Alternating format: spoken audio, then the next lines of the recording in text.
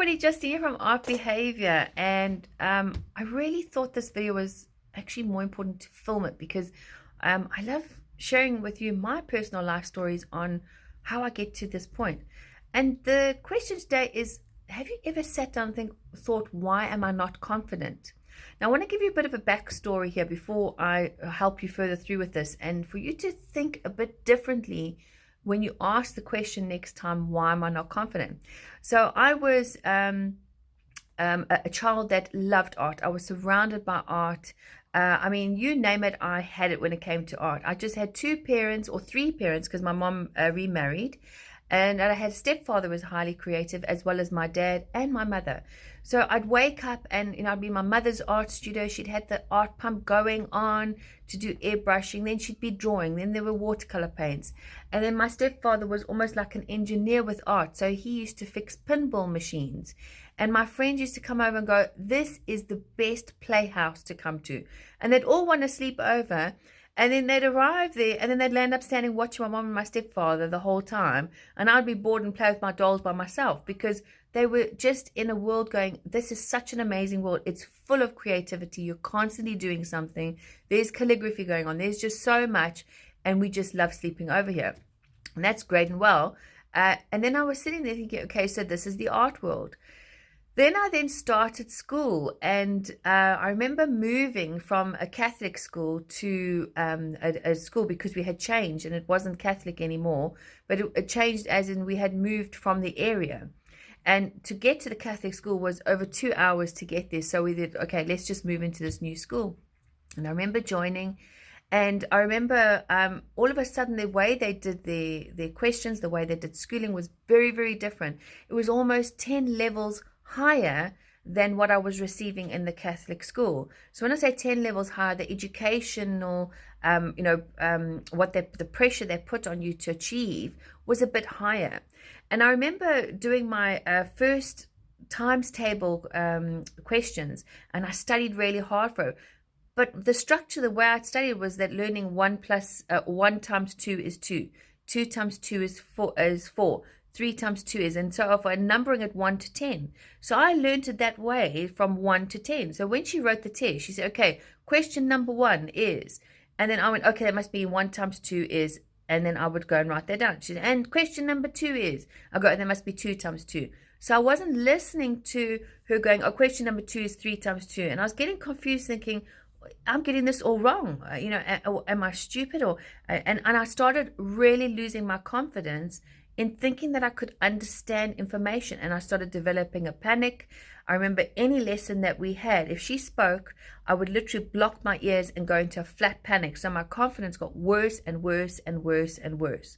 And then on top of it, this teacher was getting frustrated with me because she was thinking I wasn't paying attention, but I just could not understand her way of teaching. And that's all it was. She was a lovely teacher, very, very nice teacher. And I loved her to bits, but I couldn't understand her way. And I couldn't even speak up to say to her that I didn't understand what she was saying. So then it came to the end of the year, and she called me in with another young gentleman. She said, do you know you guys have failed the year and you have to redo it? And I remember going home going, oh my God, I'm a failure. Therefore, I'm not confident in school. There's no ways I can be confident in school. So all my confidence had gone right low, that even later down in life, the first thing I would say whenever I would have to study something to get an achievement or an outcome that would require an end result or an exam result, I was still carrying this fear of studying and achieving a high result. And I still remember working for the bank. And when I worked for the bank, we had to take this test. And I studied and I studied and I studied and I failed. And I was like, what's wrong with me? There's something wrong with me, clearly. So then again, I did another test when we moved over to the UK, and I failed. And I remember sitting here thinking, I've got no confidence in when it comes to learning. I must be stupid. Something's wrong with me here. Now, this carried for quite some time until I actually decided to eventually face this.